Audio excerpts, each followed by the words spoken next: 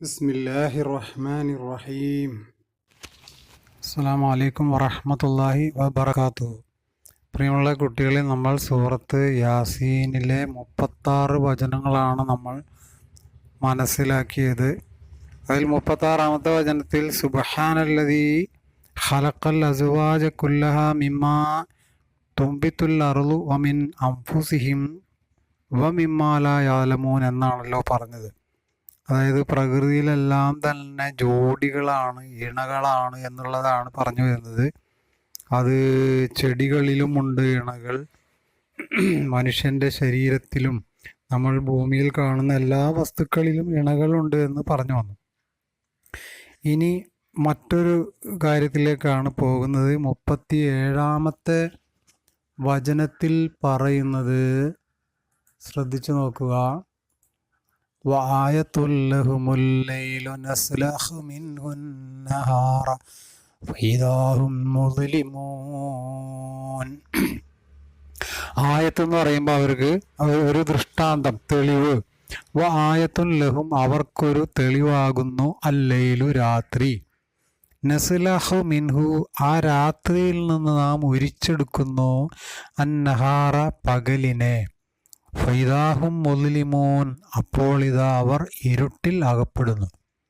അപ്പോൾ രാത്രിയും പകലും ഒക്കെ അള്ളാഹുവിൻ്റെ ദൃഷ്ടാന്തങ്ങളാണ് എന്നാണ് പറഞ്ഞു വന്നത്. അപ്പോൾ രാത്രി കൂരിരുട്ടാകുമ്പോൾ ഈ ലോകത്തുള്ള എത്ര ശാസ്ത്രജ്ഞന്മാർ വിചാരിച്ചാലും പകലിനെ കൊണ്ടുവരാൻ കഴിയില്ലല്ലോ. ആകാശഗോളങ്ങളുടെ ഭ്രമണങ്ങളിലോ മറ്റോ മനുഷ്യർക്ക് യാതൊരു പങ്കുമില്ല.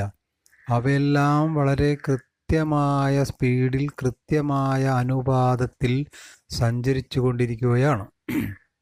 അപ്പോൾ ഇതിൻ്റെ അർത്ഥം നമ്മൾ മലയാളത്തിൽ നോക്കുക. അവർക്കൊരു ദൃഷ്ടാന്തമാണ് രാത്രിയും, നാം അതിൽ നിന്ന് പകലിനെ ഉരിച്ചെടുക്കുന്നു. അപ്പോൾ അവരതാ ഇരുട്ടിൽപ്പെട്ടവരാകുന്നു. അപ്പോൾ നമുക്കറിയാം, ഇന്ന് ഭൂമി സൂര്യന് ചുറ്റും കറങ്ങിക്കൊണ്ടിരിക്കുകയാണ്. അപ്പോൾ അതിൽ സൂര്യൻ്റെ പ്രകാശം തട്ടുന്ന ഭാഗമാണ് ഭൂമിയിൽ വെളിച്ചമുണ്ടാകുന്നത്, അല്ലാത്ത ഭാഗത്ത് ഇരുട്ടായിരിക്കും. ഇതൊക്കെ നമുക്ക് ഇന്ന് കണ്ടുപിടിക്കാൻ കഴിഞ്ഞിട്ടുണ്ട്. അതിനൊന്നും ഈ ആയത്ത് എതിരല്ല. എന്തായിരുന്നാലും ഈ രാത്രിയുടെയും പകലിൻ്റെയും വ്യതിയാനത്തിലൊന്നും മനുഷ്യർക്ക് യാതൊരു പങ്കും അതിലില്ല. അപ്പോൾ അതാണ് ഈ 37ാമത്തെ വചനത്തിൽ പറയുന്നത്. ഇനി 38ാമത്തെ വചനത്തിൽ വളരെ ശ്രദ്ധേയമായ ഒരു ശാസ്ത്ര വിഷയത്തിലേക്കാണ് ഈ വചനം നമ്മളെ കൊണ്ടുപോകുന്നത്. വശംസു തജ്രീ ലിമുസ്തഖറിൻ ലഹാ ദാലിക തഖ്ദീറുൽ അസീസിൽ അലീം. ശംസ് എന്നാൽ സൂര്യനാണെന്നുള്ളത് എല്ലാവർക്കും അറിയാം. വശംസു സൂര്യനാകട്ടെ, തജ്രീ അത് സഞ്ചരിക്കുന്നുണ്ട്. സൂര്യൻ സഞ്ചരിക്കുന്നുണ്ട് എന്ന് 14 നൂറ്റാണ്ട് മുമ്പ് പറഞ്ഞ ഒരേയൊരു ഗ്രന്ഥമാണ് ഖുർആൻ എന്നുള്ളത് നമ്മൾ മനസ്സിലാക്കണം. വശംസു തജ്രീ സൂര്യൻ സഞ്ചരിക്കുന്നു, ലി മുസ്തഖറിൻ ലഹാ അതിൻ്റേതായ ഒരു താവളത്തിലേക്ക്, അഥവാ ഒരു നിശ്ചിത അതിർത്തിയിലേക്ക്. ദാലിക അതെന്തുകൊണ്ടെന്നാൽ തഖ്ദീറുൽ അസീസിൽ അലീം പ്രതാപവാനും എല്ലാം അറിയുന്നവനുമായ അള്ളാഹുവിൻ്റെ തഖ്ദീർ അഥവാ വ്യവസ്ഥയാണത്.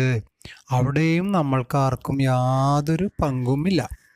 15 കോടി കിലോമീറ്റർ അകലെയാണ് ഭൂമിയിൽ നിന്നും സൂര്യൻ സ്ഥിതി ചെയ്യുന്നത് എന്ന് ഇന്ന് നമുക്കറിയാം. ആ സൂര്യനിൽ നിന്ന് പ്രകാശം ഭൂമിയിലേക്ക് എത്താൻ വേണ്ടി 8 മിനിറ്റ് വേണം. അഥവാ നമ്മളിപ്പോൾ കാണുന്ന ഒരു പ്രകാശകിരണം 8 മിനിറ്റ് മുമ്പ് സൂര്യനിൽ നിന്ന് പുറപ്പെട്ടതാണ് എന്നാണ് പറഞ്ഞു വന്നതിൻ്റെ അർത്ഥം. അപ്പോൾ ഇതിൻ്റെ ആശയം നമുക്കിങ്ങനെ മലയാളത്തിൽ വായിക്കാം. സൂര്യൻ അതിൻ്റേതായ ഒരു താവളത്തിലേക്ക്, അഥവാ നിശ്ചിത അതിർത്തിയിലേക്ക് ചലിച്ചു കൊണ്ടിരിക്കുന്നു.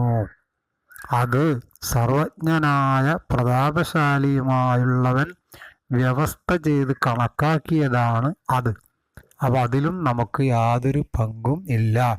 ഭൂമിയാണ് ഈ പ്രപഞ്ചത്തിൻ്റെ കേന്ദ്രം എന്ന് വിശ്വസിച്ചിരുന്ന ഒരു കാലഘട്ടം പണ്ടുണ്ടായിരുന്നു. തന്നെയുമല്ല, സൂര്യൻ നിശ്ചലമാണ് എന്ന് വിശ്വസിച്ചിരുന്ന ഒരു കാലഘട്ടം നമ്മുടെ തൊട്ട് മുമ്പ് കഴിഞ്ഞു പോയിട്ടുണ്ട്.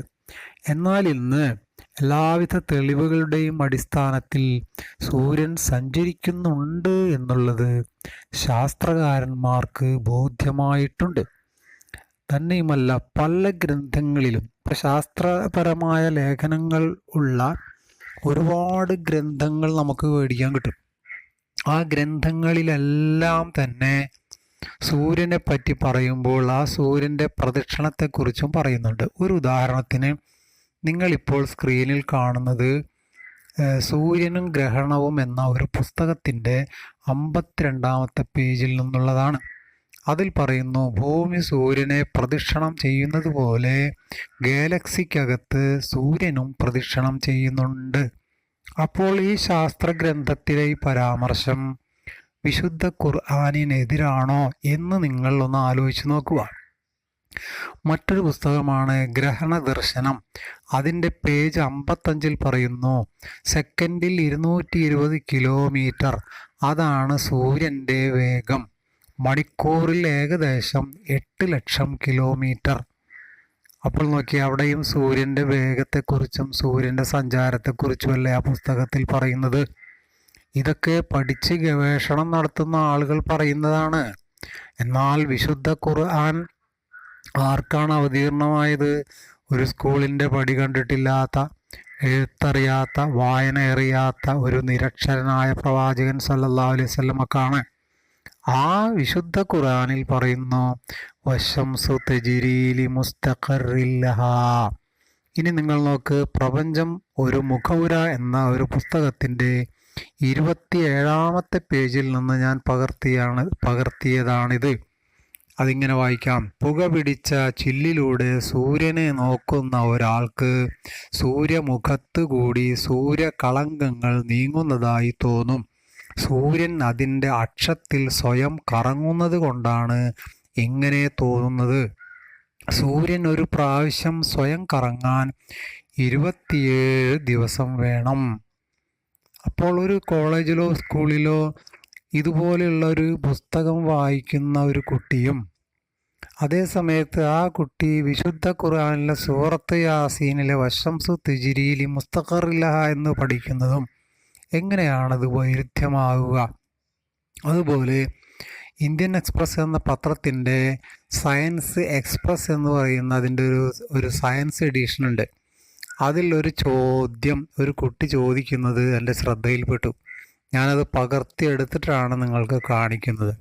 അതിൽ ആ കുട്ടി ചോദിക്കുന്നത്, why do planets go round the sun? എന്തുകൊണ്ടാണ് ഗ്രഹങ്ങൾ സൂര്യൻ്റെ ചുറ്റും പോകുന്നത്? How is the sun fixed at 1 point?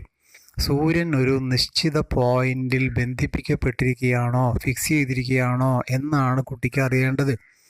അതിനുള്ള ഉത്തരം നിങ്ങളൊന്ന് ശ്രദ്ധിക്കുക. Answer: the sun is not fixed. സൂര്യൻ അത് ഫിക്സ് ചെയ്തിരിക്കുകയല്ല. It rotates on its axis. അത് അതിൻ്റെ അക്ഷത്തിൽ കറങ്ങുന്നുണ്ട്. The sun and all the bodies of solar system. സൂര്യൻ മാത്രമല്ല, സൗരയൂഥത്തിലെ എല്ലാ വസ്തുക്കളും ആർ മൂവിങ് ടുഗദർ. അത് പരസ്പരം ചലിച്ചുകൊണ്ടിരിക്കുകയാണ്. എത്ര കൃത്യമായ മറുപടിയാണ് നോക്കി. അപ്പോൾ ഞാൻ പറയുന്നത്, പരിശുദ്ധ ഖുർആനിനെ നമ്മൾ സമീപിക്കേണ്ടുന്ന രീതിയിൽ സമീപിക്കുമ്പോൾ അതിൽ യാതൊരു വിധത്തിലുള്ള ശാസ്ത്ര വൈരുദ്ധ്യവുമില്ല എന്ന് പഠിക്കുന്നവർക്ക് മനസ്സിലാക്കാൻ കഴിയും. ഇനി നമുക്ക് അടുത്ത ആയത്തിലേക്ക് പോകാം. അതിൽ പറയുന്നത് ചന്ദ്രനെക്കുറിച്ചാണ്. സൂര്യനെക്കുറിച്ച് പറയുന്ന മിക്കവാറും എല്ലാ ഭാഗങ്ങളിലും ഖുർആൻ ചന്ദ്രനെയും കൂടി പരാമർശിക്കുന്നത് നമുക്ക് കാണാൻ കഴിയും. തന്നെയുമല്ല, അശംസു വൽ ഖമർ എന്നാണ് വിശുദ്ധ ഖുർആനിൻ്റെ പ്രയോഗം. അത് തിരിച്ചു പ്രയോഗിച്ചിട്ടുള്ളതായിട്ട് നമുക്ക് കാണാൻ കഴിയില്ല. വൽ ഖമറ, ചന്ദ്രനെയും ഖദ്ദർനാഹു, നാം അതിന് കണക്കാക്കിയിരിക്കുന്നു. മനാസില, ചില ഭവനങ്ങൾ ചില രാശികൾ കണക്കാക്കിയിരിക്കുന്നു. ഹത്ത ആദ, അങ്ങനെ അത് തിരിച്ചു വരും. കൽ ഉർജൂനിൽ ഖദീം എന്ന് പറഞ്ഞാൽ പഴയ ഈത്തപ്പനയുടെ കുലത്തണ്ട് പോലെ ആയിത്തീരും. അതിൻ്റെ ഷേപ്പിനെ കുറിച്ച് പറഞ്ഞതാണ്. നമുക്കതിന് മലയാളം ഇങ്ങനെ വായിക്കാം. ചന്ദ്രനും തന്നെ നാം ചില ഭവനങ്ങൾ കണക്കാക്കിയിരിക്കുന്നു. അങ്ങനെ അത് ഈത്തപ്പനയുടെ പഴക്കം ചെന്ന കുലത്തണ്ട് പോലെ ആയിത്തീരുന്നു. ഇതെന്ന് റസൂലുള്ളാഹിയുടെ കാലത്ത് ജീവിച്ചിരുന്ന ആളുകൾക്ക് മനസ്സിലാകുന്ന രീതിയിലൊരു ഉദാഹരണം അങ്ങനെ പറഞ്ഞു എന്ന് മാത്രമേ ഉള്ളൂ. എന്തായാലും സൂര്യൻ്റെയും ചന്ദ്രൻ്റെയും ഒക്കെ ഭ്രമണപഥങ്ങളിൽ ഒരു മനുഷ്യർക്കും യാതൊരു പങ്കുമില്ല. അങ്ങനെ കുറേ പ്രപഞ്ച പ്രതിഭാസങ്ങളെ ഈ വിശുദ്ധ ഖുർആനിലെ സൂറത്ത് യാസീനിലൂടെ നമ്മുടെ മുന്നിൽ അവതരിപ്പിക്കുന്നത് എന്തിനാണ്? ശാസ്ത്രം പഠിപ്പിക്കാനല്ല, മറിച്ച് അവയുടെ പിന്നിൽ പടച്ച തമ്പുരാനുണ്ട് എന്നുള്ള സത്യം മനസ്സിലാക്കി തരുവാനാകുന്നു. ഇൻഷാ അല്ലാഹ് തുടർന്ന വോയിസിൽ